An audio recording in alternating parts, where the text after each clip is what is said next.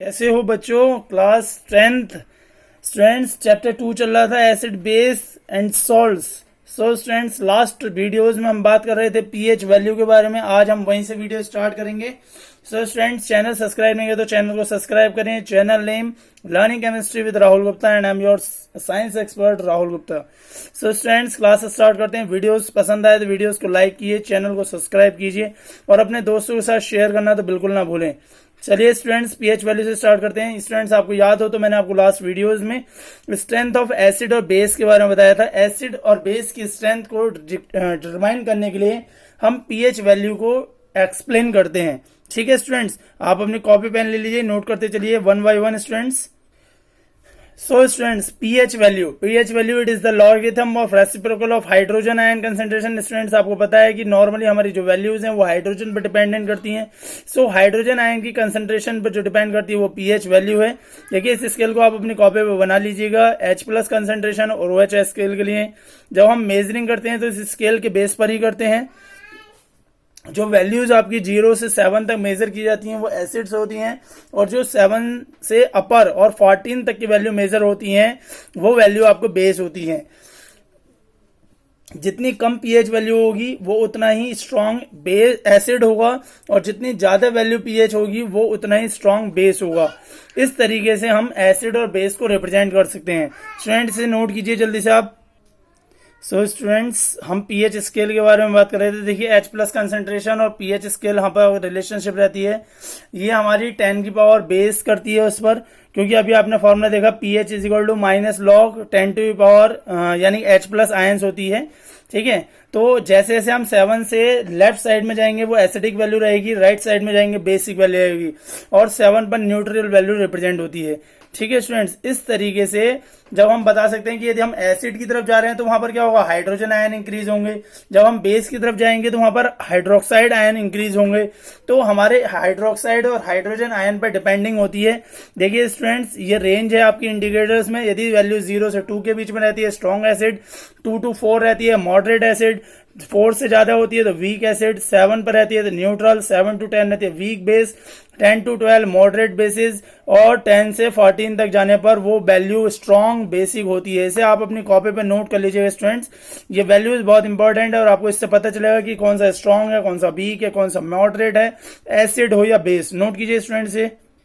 चलिए क्वेश्चन भी देख लेते हैं students. What is the effect of dilution on pH in case of acid and base. यदि हम डाइल्यूटेशन की बात करें तो आपको पता है कि वाटर जब आप मिक्स करोगे तो वहां पर क्या होगा, H+ आयन और OH- इंक्रीज हो जाएंगे। एसिड में जब आप H2O मिक्स करोगे तो वो H3O+ यानी कि हाइड्रोनियम आयन बना लेते हैं। ठीक है स्टूडेंट्स, अब यदि आप एसिड में उसे डाइल्यूट करते हैं तो उसकी वैल्यू क्या होगी, इंक्रीज हो जाएगी, क्योंकि वो 7 की तरफ चलती चली जाएगी वैल्यू। क्योंकि जो वाटर की जो पीएच वैल्यू होती है वो न्यूट्रल होती है, जबकि आप यदि इस बेस में मिक्स करेंगे तो वो क्या करेगी, वो वैल्यू भी पीछे होती चली जाएगी। यानी कि वाटर मिक्स करने पर वो डाइल्यूट में कन्वर्ट होगा बेस भी, और वो वैल्यू हमारी जाएगी 7 की तरफ। तो एसिड में मिक्स करने पर आपका लेफ्ट की जगह राइट में चली जाएगी वैल्यू, और बेस में राइट की जगह लेफ्ट में वैल्यू जाएगी, क्योंकि वो न्यूट्रल वैल्यू के पास में लेकर आएगा। यदि हम एसिड में बात करें तो वो डाइल्यूटेशन पीएच वैल्यू को इंक्रीज करेगा और बेस में डिक्रीज करेगा। अब इंपॉर्टेंस की बात कर लेते हैं पीएच वैल्यू के स्टूडेंट्स। बायोलॉजिकल इंपॉर्टेंस बहुत जरूरी है। हमारी बॉडी जो वर्क करती है वो 7 से 7.8 पीएच वैल्यू तक अच्छी वर्क करती है, और जो एसिड रेन की वैल्यू पीएच वैल्यू होती है वो 5.6 से बिलो होती है। सो दिस वाटर अफेक्ट हमारी एक्वेटिक लाइफ। इस वाटर से क्या होता है, हमारी जो एक्वेटिक लाइफ है यानी वाटर वाली लाइफ है वो हमारी बहुत ज्यादा इफेक्टेड होती है। ये बायोलॉजिकल इंपॉर्टेंस है पीएच वैल्यू की, नोट कर लीजिए इसे स्टूडेंट्स। दूसरा पॉइंट है agriculture. Plant also specific range of pH value for survival in the order to grow crops. जब हम क्रॉप्स को ग्रो करने की कोशिश करते हैं तो वहां पर भी पीएच वैल्यू का मेंटेन होना, उसकी स्पेसिफिक रेंज का होना बहुत जरूरी होता है स्टूडेंट्स। ये एग्रीकल्चर के लिए बहुत इंपॉर्टेंट होता है। अब हम डेयरीज की बात करें तो डेयरीज में मिल्क की पीएच वैल्यू भी एडजस्ट की जाती है। उसकी वैल्यू 6.6 के आसपास होती है, यानी कि वो एसिड की तरफ टर्न करती है। उसका जो टेस्ट होता है वो शॉर्ट टाइप टेस्ट होता है। ओके स्टूडेंट्स, 6.6 पीएच वैल्यू होनी चाहिए। टूथ डिके की बात करें, 4th point, tooth decay starts when pH of mouth falls below 5.5। जब हमारे माउथ में जो पीएच वैल्यू है 5.5 से कम हो जाएगी तब हमारा टूथ डिके प्रोसेस स्टार्ट होता है। That pH acid react with calcium phosphate of tooth enamels and cause its corrosion. जब हमारे दांतों में क्या होता है, बदबू आने लगती है, तो उसका रीजन यही होता है कि हमारे दांतों की पीएच वैल्यू कम हो जाती है। और उसके बाद हमें शुगरी सब्सटेंस, यानी कि वो जो हमारे शुगर टाइप सब्सटेंस होते हैं जिनसे हमारा ग्लूकोज प्रिपेयर होता है, वो कम लेने होते हैं। The acid production is stimulated that crowd animal. अब बात करते हैं इंडिकेटर्स की, तो indicators are the substance that brings about change in themselves when some acids or bases added to them. जब हम एसिड और बेस मिक्स करते हैं तो किसी ना किसी तरीके का कोई चेंज रिप्रेजेंट होता है और उसे ही हम कहते हैं इंडिकेटर्स। ठीक है स्टूडेंट्स, ऐसे बहुत सारे इंडिकेटर्स होते हैं। अभी इंडिकेटर्स के बारे में 1 by 1 बात करेंगे, नोट कीजिए इसे भी। चलिए कुछ नेचुरल और आर्टिफिशियल इंडिकेटर्स के बारे में बात करते हैं। नेचुरल इंडिकेटर्स जैसे कि लिटमस, जिसे हम लीचन से एक्सट्रैक्ट करते हैं। ओरिजिनल कलर ऑफ लिटमस जो पर्पल होता है, बट जब हम इसे लैब में यूज करते हैं तो इसे रेड और ब्लू लिटमस में कन्वर्ट कर लेते हैं। ठीक है स्टूडेंट्स, तो एसिड्स पर जो होता है वो ब्लू लिटमस रेड में कन्वर्ट हो जाता है, जबकि रेड वाले पर कोई इफेक्ट नहीं होता। बेस की बात करें तो बेस रेड लिटमस को ब्लू में कन्वर्ट करता है, ब्लू लिटमस पर उसका कोई इफेक्ट नहीं होता। ठीक है स्टूडेंट्स, चलिए आगे बात करते हैं आर्टिफिशियल इंडिकेटर्स के बारे में, जैसे फिनोप्थलीन, मिथाइल ऑरेंज। फिनोप्थलीन पर क्या इफेक्ट होता है, एसिड जो है वो उसका कलरलेस, उसे वैसे रहने देती है, और बेस जो होता है वो पिंक कलर में टर्न्स हो जाता है। जबकि मिथाइल ऑरेंज की बात करें तो मिथाइल ऑरेंज का जो ओरिजिनल कलर होता है वो ऑरेंज होता है। एसिड ऑरेंज कलर को रेड में कन्वर्ट कर देता है, बेस ऑरेंज कलर को येलो में कन्वर्ट कर देता है। तो ये बात आपको ध्यान रखना है, फिनोप्थलीन जो होती है वो कलरलेस होती है और मिथाइल ऑरेंज ऑरेंज कलर की होती है। इस तरीके से हम एसिड और बेस को इन इंडिकेटर से आइडेंटिफाई कर सकते हैं, यही इनका मेन वर्क होता है।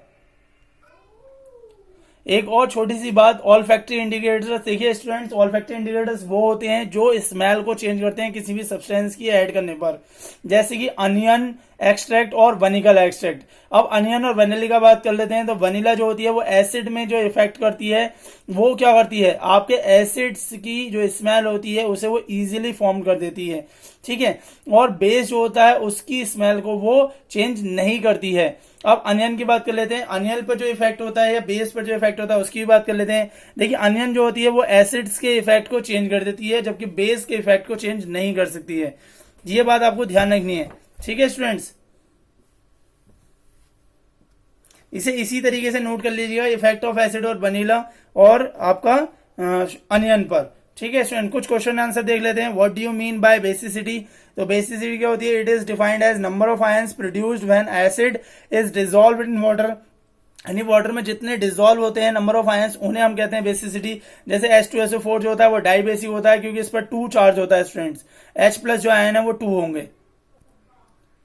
इस तरीके से H2SO4 डिवाइड हो जाएगा 2H+ और SO4 2- में, यानी कि उसमें 2H आयन रहेंगे, इसलिए वो डाई बेसिक रहेगा स्टूडेंट। ठीक है, HCl की बात कर रहे हैं तो वो होता है मोनो बेसिक, उस पर एक H आयन प्रेजेंट होता है। ठीक है स्टूडेंट्स, एक क्वेश्चन और second, to which category acidic acid belong? Acidic acid की बात करें तो वो ऑर्गेनिक एसिड होता है, वीक एसिड होता है, इसलिए हम बात करेंगे उसकी, तो वो वीक एसिड से बिलोंग करता है। Third question, right the effect of dilute HCl on Na2CO3। जब आप सोडियम कार्बोनेट पर HCl की यानी कि रिएक्शन दिखाएंगे तो वो क्या करेगा, सोडियम क्लोराइड बना लेगा, वाटर बना लेगा और कार्बन डाइऑक्साइड, क्योंकि वहां पर जो है वो आपका कार्बोनेट इफेक्ट देखेगा एसिड्स का। नेक्स्ट है व्हाट इज न्यूट्रलाइजेशन, इसे नोट कर लीजिए। न्यूट्रलाइजेशन एसिड्स की बेस से जब रिएक्शन कराते हैं तो सॉल्ट और वाटर बन जाता है। जनरल एग्जांपल भी लिख लीजिएगा। Next question, why sulphuric acid is called acid? Sulphuric acid क्या एसिड क्यों कहते हैं? क्योंकि वो वाटर में डिसॉल्व हो जाता है और डिसोशिएट हो जाता है हाइड्रोनियम आयन H3O+ आयंस में, क्योंकि जो H आयन होंगे वो वाटर से रिएक्शन करेंगे और हाइड्रोनियम आयन में कन्वर्ट हो जाएंगे। इसे हम किंग ऑफ केमिकल्स भी कहते हैं, ये बात भी ध्यान रखना है। नेक्स्ट क्वेश्चन, हाइड्रोक्साइड एल्कलीज जो होते हैं वो कैसे आइडेंटिफाई करते हैं? तो आप इसमें एल्कलीज बता दो, जिनके साथ OH आयन रहेंगे वो एल्कलीज रहेंगे। जो वाटर में डिसॉल्व हो जाते हैं वो एल्कलीज होते हैं, जो वाटर में डिसॉल्व नहीं होते वो एल्कलीज नहीं होते हैं। तो यहाँ पर कौन कौन से वाटर में डिसॉल्व नहीं होंगे? कॉपर ऑक्साइड और कैल्शियम हाइड्रोक्साइड। कॉपर हाइड्रोक्साइड और कैल्शियम हाइड्रोक्साइड डिसॉल्व नहीं होंगे, वो एल्कलीज नहीं होंगे। स्टूडेंट, इसी टॉपिक के कुछ और टॉपिक भी देख लीजिए, washing soda, baking soda, plaster of Paris, bleaching powder, ये भी आपको स्टडी करने हैं, 4 टॉपिक स्टूडेंट्स। चलिए फर्स्ट कंपाउंड की बात कर लेते हैं, वॉशिंग सोडा। देखिए वॉशिंग सोडा का जो फॉर्मूला होता है वो क्या होता है, नोट कर लीजिए आप हाथों हाथ। वॉशिंग सोडा का फॉर्मूला होता है Na2CO3 10H2O। केमिकल नेम क्या होता है इसका? Sodium carbonate decahydrate. Sodium carbonate decahydrate. Washing soda अक्सर जो यूज होता है वो कपड़े धोने के लिए यूज होता है। Na2CO3 10H2O होता है, नाम होता है सोडियम कार्बोनेट डेकाहाइड्रेट। ठीक है स्टूडेंट, डेकाहाइड्रेट का मतलब 10 वाटर मॉलिक्यूल इसमें प्रेजेंट है। वॉशिंग सोडा जो यूज होता है वो कपड़े वॉश करने के लिए यूज होता है, ड्राई क्लीन, लॉन्ड्री वगैरह में।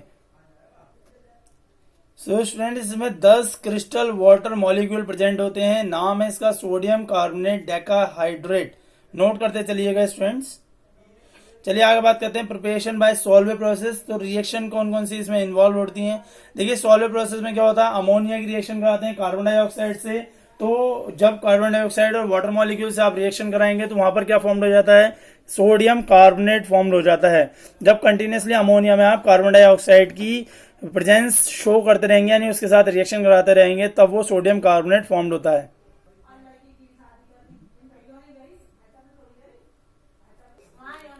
सो स्टूडेंट्स, नोट कर लिया आप लोगों ने, NH3 plus H2O plus NaCl plus CO2 is equal to NaSCO3 plus NH4Cl। Reaction नोट कर लीजिए। फिर सोडियम हाइड्रोजन कार्बोनेट NaSCO3 को हीट करेंगे, Na2CO3 और CO2 गैस फॉर्म हो जाएगी प्लस H2O। ठीक है, Na2CO3 को आप वाटर के साथ रिएक्शन करा देंगे, इस तरीके से Na2CO3 10H2O फॉर्म हो जाएगा। The Solvay process that is use N efficient process because, देखिए यहाँ पर सॉल्वे प्रोसेस जो होता है वो एफिशिएंट होता है क्योंकि इसमें बार बार उससे आप फॉर्म कर सकते हैं प्रोडक्ट। सोडियम हाइड्रोजन कार्बोनेट को हीट करेंगे, सोडियम कार्बोनेट बन जाएगा, वाटर मॉलिक्यूल में डिसॉल्व करेंगे, वॉशिंग सोडा बन जाएगा। इस तरीके से ये वॉशिंग सोडा फॉर्म कर लेता है।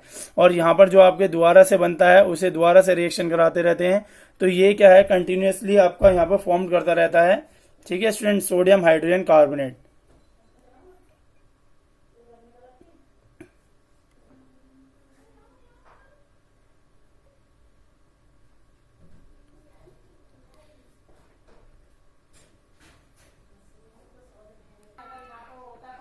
देखिए कैल्शियम कार्बोनेट को यदि आप हीट करेंगे तो कैल्शियम ऑक्साइड कार्बन डाइऑक्साइड बन जाएगा। कैल्शियम ऑक्साइड के वाटर के साथ रिएक्शन करेंगे, कैल्शियम हाइड्रोक्साइड बन जाएगा। कैल्शियम हाइड्रोक्साइड को आप अमोनियम क्लोराइड के साथ रिएक्शन करेंगे, कैल्शियम क्लोराइड, अमोनिया और वाटर मॉलिक्यूल बना लेंगे। ठीक है स्टूडेंट, इस तरीके से आपकी रिएक्शन जो है वो रिवर्सिबल रहती है प्रोसेस, ये बार बार आपका होता रहता है। ठीक है स्टूडेंट्स, चलिए आगे फिजिकल प्रॉपर्टी देखते हैं। तो आपका वॉशिंग सोडा जो होता है वो क्रिस्टलाइन सॉलिड होता है। हीट ऑफ एक्शन की बात कर रहे हैं तो जैसे ही आप उसे हीट करेंगे उसके अंदर से वाटर क्रिस्टलाइन मॉलिक्यूल्स बाहर निकल जाएंगे। एयर की बात करेंगे तो एयर में भी वो रिएक्शन कर लेता है इजीली, ठीक है, क्योंकि वो ऑक्सीजन के साथ रिएक्शन फॉर्म कर लेता है। और फॉलोरेंस की बात करेंगे तो वो अपने शुरू में 9 क्रिस्टल मॉलिक्यूल्स रिलीज करता है एयर से और एयर में एक्सपोज हो जाता है। उसके बाद 1 मॉलिक्यूल रिलीज होता है, फिर उसके बाद उसमें से सोडियम ऑक्साइड और कार्बन डाइऑक्साइड गैस रिलीज हो जाती है। ठीक है स्टूडेंट्स, जब वो वाटर मॉलिक्यूल वहां से अपने रिलीज करता है तो उसे हम कहते हैं सोडा एस। ये इसमें एयर का इफेक्ट रहता है, जो ये 9 मॉलिक्यूल्स वहां से पहले रिलीज करता है, फिर 1 मॉलिक्यूल रिलीज करता है। यूज देख लीजिए वॉशिंग सोडा के, तो यूज होते हैं हार्ड वाटर को सॉफ्टनिंग में कन्वर्ट करने के लिए। इसके अलावा डिटर्जेंट की फॉर्म में यूज किया जाता है, as a cleansing property and glass industries में यूज किया जाता है वॉशिंग सोडा को। ठीक है स्टूडेंट्स, इसे नोट कर लीजिए आप लोग अपनी कॉपी में। उसके बाद बात करते हैं दूसरा compound baking soda. Baking soda का फॉर्मूला होता है NaHCO3 सोडियम हाइड्रोजन कार्बोनेट, ये केमिकल नेम होता है। ये भी सॉल्वे प्रोसेस से ही प्रिपेयर्ड होता है। आपने देखी थी सॉल्वे प्रोसेस की रिएक्शन में सबसे पहले सोडियम हाइड्रोजन कार्बोनेट और अमोनियम क्लोराइड फॉर्म हो रहा था। जब आप अमोनिया की कार्बन डाइऑक्साइड, सोडियम क्लोराइड और वाटर मॉलिक्यूल से रिएक्शन कराते हैं तो वहां पर वो फॉर्म कर लेता है सोडियम हाइड्रोजन कार्बोनेट और अमोनियम क्लोराइड। नोट करते चलिए ऐसे स्टूडेंट्स, नोट कर लीजिए रिएक्शन इस तरीके से स्टूडेंट्स। आपकी रिएक्शन इन्वॉल्व होती है इस प्रोसेस में जहां पर सोडियम हाइड्रोजन कार्बोनेट फॉर्म होता है और अमोनियम क्लोराइड फॉर्म होती है। ये आपको अमोनिया चाहिए होती है, water molecule, carbon dioxide, sodium chloride, तब आपका सोडियम बाइकार्बोनेट फॉर्म होता है और अमोनियम क्लोराइड भी फॉर्म हो जाता है। फिजिकल प्रॉपर्टी की बात करते हैं, वाइट क्रिस्टलाइन सॉलिड होता है स्टूडेंट्स। इसके अलावा एक्शन ऑफ हीट की बात करें तो सोडियम हाइड्रोजन कार्बोनेट को जब आप हीट करोगे तो हीट करने पर क्या होगा, वो सोडियम कार्बोनेट में कन्वर्ट हो जाएगा Na2CO3 में, और वहाँ से क्या करेंगे आपका ये सोडा एस बन जाएगा। ठीक है, और हाइड्रोजन गैस अलग हो जाएगी वहाँ से। कार्बन डाइऑक्साइड और वाटर मॉलिक्यूल अलग हो। ये रिएक्शन आपने अभी देखी भी थी स्टूडेंट्स। चलिए यूज की बात करते हैं। तो it is use as antacid, it is use in baking cakes etcetera. Baking soda का एंटासिड की फॉर्म में यूज किया जाता है जब हमारे पेट में एसिड का अमाउंट बढ़ जाता है। इसके अलावा बेकिंग सोडा भी बेकिंग केक्स बनाने में यूज किया जाता है। ठीक है स्टूडेंट, छोले भटूरे वगैरह बनाने में भी यूज किया जाता है बेकिंग सोडा का उपयोग। ठीक है student, baking powder is added that contain baking soda and tartaric acid in the batter of cake. Baking powder is added and mixed well. Then this cake is heated. On heating, the following reaction occurs. ये reaction इसके बाद होती है students, note करते रहिएगा students. इस तरीके से आपकी सोडियम हाइड्रोजन कार्बोनेट को जब हम हीट करते हैं तो sodium carbonate, carbon dioxide gas उसमें रिलीज होती है, वाटर मॉलिक्यूल्स रिलीज हो जाता है। तो जो आपके केक पर उस तरीके होल से बन जाते हैं, उसमें से कार्बन डाइऑक्साइड गैस बबल्स की फॉर्म में से रिलीज होती है हीट होने पर, यानी कि वो केक को फ्लफी बना देती है, सॉफ्ट बना देती है उसके अंदर से। So carbon dioxide are as produced being volatile expects and make the cakes fluffy. क्या होता है, कार्बन डाइऑक्साइड गैस वहां से बाहर निकल जाती है और वॉलेंटाइली एस्केप हो जाती है, इसलिए केक आपका फ्लफी हो जाता है। But the cake becomes bitter due to the sodium carbonate, so to restore bitterness the tartaric acid reacts with sodium carbonate. और टार्टरिक एसिड से हम जो है वो सोडियम कार्बोनेट से रिएक्शन कर लेती है। Sodium tartrate that neutralise its effect and original taste of cake is retained. क्या होता है, यदि हम टार्टरिक एसिड मिलाएंगे तो फिर तो खट्टा हो जाना चाहिए, बट क्या होता है वो सोडियम कार्बोनेट से रिएक्शन कर लेता है और वो उसके टेस्ट को न्यूट्रलाइज कर देता है।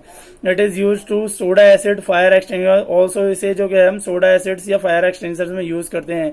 तो उसमें क्या होता है, सोडियम बाइकार्बोनेट मिक्स कर दिया जाता है। ठीक है, और इसमें दो टाइप के सिलेंडर कंसिस्ट करते हैं, एक आउटर जो कि मेटल का बना होता है, दूसरा इनर जो कि ग्लास का बना होता है। Outer cylinder has baking soda है, inner one has concentrated acid. ठीक है स्टूडेंट्स, जो आपका आउटर वाला सिलेंडर होता है उसमें वॉशिंग सोडा होता है और अंदर वाले में सल्फ्यूरिक एसिड प्रेजेंट होता है।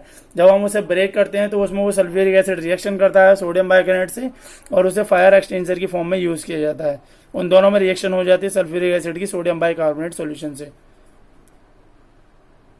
देखिए स्टूडेंट्स, इस तरीके से सल्फ्यूरिक एसिड की रिएक्शन की जाती है सोडियम बाइकार्बोनेट से। Sulphuric acid both the cylinder are bounded by common clamp with clamp is knob is press the glass cylinder breaks. जब हम नोब को तोड़ते हैं तब उसमें क्या होता है, सिलेंडर ब्रेक हो जाता है और वो रिएक्शन करता है किससे, सोडियम बाइकार्बोनेट से, और कार्बन डाइऑक्साइड गैस वहां से तेजी से रिलीज होती है जो कि प्रोटेक्टिव ब्लैंकेट एक्सटेंसिव फायर्स में यूज होती है। यानी कि एक तरीके से आपको प्रोटेक्ट भी करती है और सामने जो है वो फायर को बुझाने का भी वर्क करती है, यानी उसे बचाने का वर्क भी करती है स्टूडेंट्स। ठीक है, इसे आप अपनी कॉपी पे बना लीजिएगा ऐसे करके। इसमें इसके पूरा डिस्क्रिप्शन है, कैसे रिएक्शन होगी, कैसे फॉर्म्ड होगा। सोडियम हाइड्रोजन कार्बोनेट रिएक्शन कर लेता है सल्फ्यूरिक एसिड से, सोडियम का सल्फेट बन जाता है, hydrogen gas, carbon dioxide gas बाहर से बाहर निकलने लगती है। ये प्रोटेक्टिव ब्लैंकेट का वर्क करता है एक। आगे देखिए, थर्ड कंपाउंड है आपका POP, plaster of Paris. Plaster of Paris होता है वो जिप्सम से बनता है। फॉर्मूला होता है इसका CaSO4 हाफ H2O। इसे बोलते हैं कैल्शियम सल्फेट और आपका हाफ मॉलिक्यूल होता है वाटर मॉलिक्यूल्स का। ठीक है स्टूडेंट्स, तो CaSO4 हाफ H2O फॉर्मूला होता है। केमिकल नेम होता है आपका कैल्शियम सल्फेट हेमीहाइड्रेट। और ये स्टूडेंट्स सबसे पहले पेरिस में प्रिपेयर किया था, इसीलिए इसका नाम प्लास्टर ऑफ पेरिस है। ठीक है, जिप्सम को जब आप हीट करते हैं तो हीट होने पर ये कैल्शियम सल्फेट हेमीहाइड्रेट में कन्वर्ट हो जाता है, उसमें से वाटर मॉलिक्यूल डिस्चार्ज हो जाता है। बहुत स्पेशल क्वालिटी होती है, इजीली जिप्सम से ये पीओपी फॉर्म किया जा सकता है। ठीक है स्टूडेंट्स, बहुत जल्दी सेटल्ड होता है। नॉर्मली इसका यूज आपने देखा होगा, जो आपकी रूफ होती है, छत वगैरह और स्टैचूज वगैरह, इसके अलावा आपका पैरों में जो यूज होता है, क्या कहते हैं, एक्सीडेंट होने पर, तो उसमें यूज किया जाता है। ठीक है स्टूडेंट्स, प्लास्टर करने के लिए पैरों पर। जिप्सम को 100 डिग्री सेल्सियस पे हीट किया जाएगा, यानी 373 डिग्री केल्विन पर कन्वर्ट हो जाता है वो calcium sulphate hemihydrate CaSO4 half H2O और 3/2 H2O वहां से अलग हो जाता है। 3/2 यानी 1/2 H2O अलग हो जाता है, वहां से वाटर वेपर की फॉर्म में अलग हो जाता है। स्टूडेंट्स यदि हम जिप्सम को ज्यादा टेम्परेचर पर हीट करते हैं तो वो कैल्शियम सल्फेट और वाटर मॉलिक्यूल वहां से वेपर फॉर्म में कन्वर्ट हो जाता है। फिजिकल प्रॉपर्टीज की बात करते हैं, व्हाइट क्रिस्टलाइन सॉलिड होता है, वाटर के साथ इजीली रिएक्शन कर लेता है और मिक्स होने के बाद क्या होता है, सेटल बना लेता है, एक तरीके से फिक्स कर लेता है। देखिए स्टूडेंट्स, इसके यूज जो है वो डेकोरेटिव सीलिंग्स के लिए यूज किया जाता है, इसके अलावा स्टैचू बनाने के लिए, और जो आपकी बॉन्स वगैरह फ्रैक्चर हो जाती हैं उस चीज की ज्वाइनिंग करने के लिए भी यूज किया जाता है। ये बहुत इंपॉर्टेंट यूज है इसके, ठीक है। सीलिंग स्ट्रक्चर छतों पर यूज किया जाता है डेकोरेट करने के लिए, डिजाइनिंग करने के लिए। स्टैचू वगैरह भी पीओपी के प्रिपेयर किए जाते हैं, और बॉन्स को ज्वाइंट करने के लिए भी प्लास्टर इसी चीज का प्रिपेयर करके बनाया जाता है, चढ़ाया जाता है। अगले कंपाउंड की बात करते हैं। अगला कंपाउंड है आपका ब्लीचिंग पाउडर। ब्लीचिंग पाउडर का फॉर्मूला होता है CaOCl2, ठीक है। कैल्शियम आपका CaOCl2 होता है, ठीक है स्टूडेंट्स। केमिकल नेम होता है इसका कैल्शियम और ऑक्सीक्लोराइड, कैल्शियम ऑक्सीक्लोराइड इसका फॉर्मूला होता है, ठीक है। प्रिपरेशन भी देख लेंगे इसके स्टूडेंट रिएक्शन के साथ। देखिए कैल्शियम हाइड्रोक्साइड की रिएक्शन हम कराते हैं, कैल्शियम हाइड्रोक्साइड, ठीक है, सिलेक्ट लाइम जिसे बोलते हैं हम। इसकी रिएक्शन जब हम किसके साथ कराएंगे, और क्लोरीन गैस के साथ रिएक्शन कराएंगे तो बन जाएगा आपका कैल्शियम ऑक्सीक्लोराइड और वाटर मॉलिक्यूल, इस तरीके से रिलीज हो जाती है इस रिएक्शन में, और CaOCl2 होता है आपका ब्लीचिंग पाउडर। आगे ब्लीचिंग प्रॉपर्टीज देख लेते हैं। व्हाइट क्रिस्टलाइन टाइप होता है। एयर की रिएक्शन देख लीजिए, एयर की रिएक्शन जैसी ये कैल्शियम ऑक्सीक्लोराइड यदि वाटर के साथ रिएक्शन करेगा, यानी CO2 के साथ रिएक्शन करेगा तो वो क्या करेगा, कैल्शियम कार्बोनेट बना लेगा, CaOCO3 बना लेगा। क्लोरीन गैस वहां से अलग हो जाएगी। इस तरीके से ये रिएक्शन होती है, नोट कर लीजिएगा इसे। इसकी यूज देखिए स्टूडेंट्स, ये वूल को अनश्रिंकेबल करने के लिए यूज किया जाता है। इसके अलावा वाटर क्लीनिंग टैंक, टॉयलेट्स वगैरह में ब्लीचिंग का यूज किया जाता है, ठीक है स्टूडेंट्स। ये जो होता है क्या होता है, कलर उड़ाने का काम करता है। चलिए कुछ क्वेश्चन आंसर देख लेते हैं स्टूडेंट्स, एक दो। देखिए first question, how is plaster of Paris prepared? It is prepared by heating gypsum at control temperature at 100 degree Celsius. 100 degree Celsius पे जब आप हीट करेंगे जिप्सम को तब वो पीओपी प्रिपेयर्ड होता है। एक क्वेश्चन और देख लेते हैं, what is an antacid? Give example. Antacid is a substance that reduce acidity. Example milk of magnesia भी है। इसके अलावा एंटासिड में आपको BHA और BHC पढ़ाया था। Next, how does bleaching powder help in sterilising drinking water? It release chlorine that sterilise drinking water. देखिए वाटर में क्या करते हैं आप, क्लोरीन की टैबलेट भी मिक्स कर लेते हैं, ब्लीचिंग पाउडर का भी यूज कर लेते हैं। इससे क्या होता है, वाटर पीने लायक हो जाता है, स्टरलाइज हो जाता है। एक क्वेश्चन और, why do blue crystals of copper sulphate turn him on heating white? क्या होता है, जब कॉपर क्रिस्टल्स को आप हीट करते हैं, जब आप कॉपर सल्फेट के क्रिस्टल्स को हीट करेंगे तो उसके अंदर जो 5 वाटर ऑफ क्रिस्टलाइजेशन प्रेजेंट होते हैं वो वहां से वेपराइज हो जाएंगे और कॉपर सल्फेट का कलर जो होगा वो ब्लू कलर से व्हाइट कलर में टर्न हो जाएगा। सो स्टूडेंट्स ये क्वेश्चन इंपॉर्टेंट थे, कुछ टॉपिक थे चैप्टर 2 के जो रह गए थे आपकी लास्ट वीडियो में। स्टूडेंट्स इन्हें आप अपनी नोटबुक में नोट कर लीजिए और इन्हें लर्न कर लीजिए, ये बहुत इंपॉर्टेंट है, आपके बहुत काम आने वाले हैं। सो स्टूडेंट्स आज की क्लास यहीं पे फिनिश करते हैं। Stay at home, be safe and enjoy with your family students. So goodbye class student, channel को जरूर सब्सक्राइब करें और वीडियोस पसंद आए तो वीडियोस को लाइक करें, ठीक है स्टूडेंट्स। Good bye students.